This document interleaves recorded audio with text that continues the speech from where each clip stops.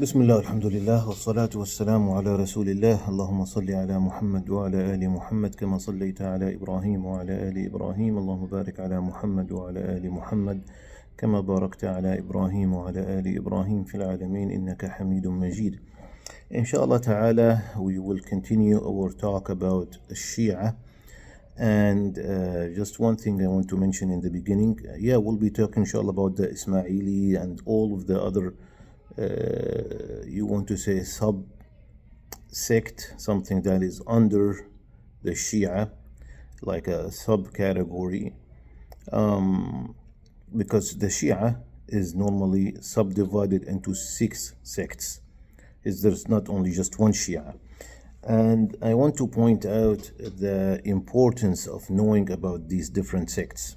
Like we're talking about Shia, inshallah, we'll be talking about the Maturidi and the Barelwi and the Agha Khanis, inshallah, and most at least, of the famous sects.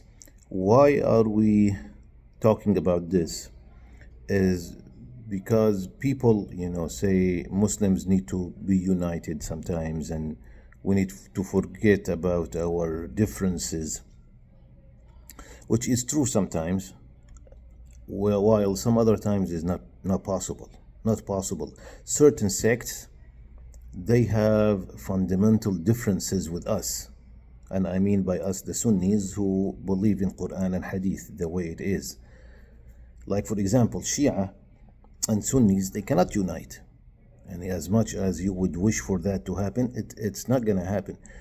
Today, inshallah, I'll tell you what Shia believe in, and this is why we are saying it's just not possible. The Shia and the Sunnis cannot unite.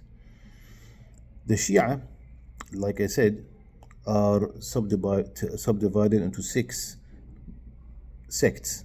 The major one and the most, I would say, common one to be found is called Ithna Ashari, the 12th.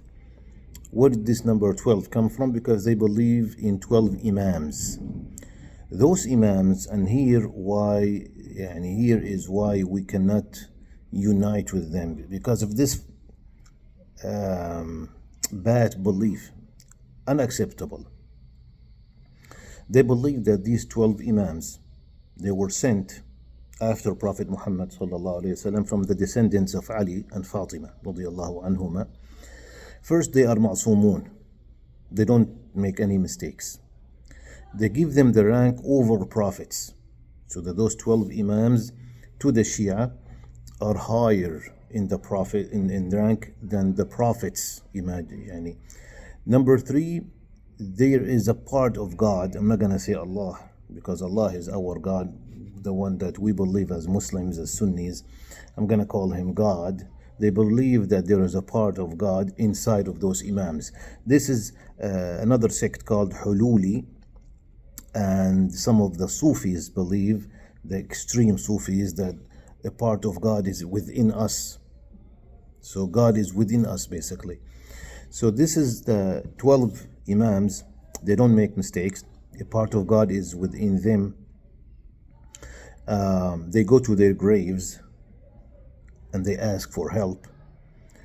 They believe the last one, the 12th one, the light turns off by itself. Okay. The 12th one to be Mahdi. And those 12 imams basically know the ghaib. They know the future, and they have control over it too.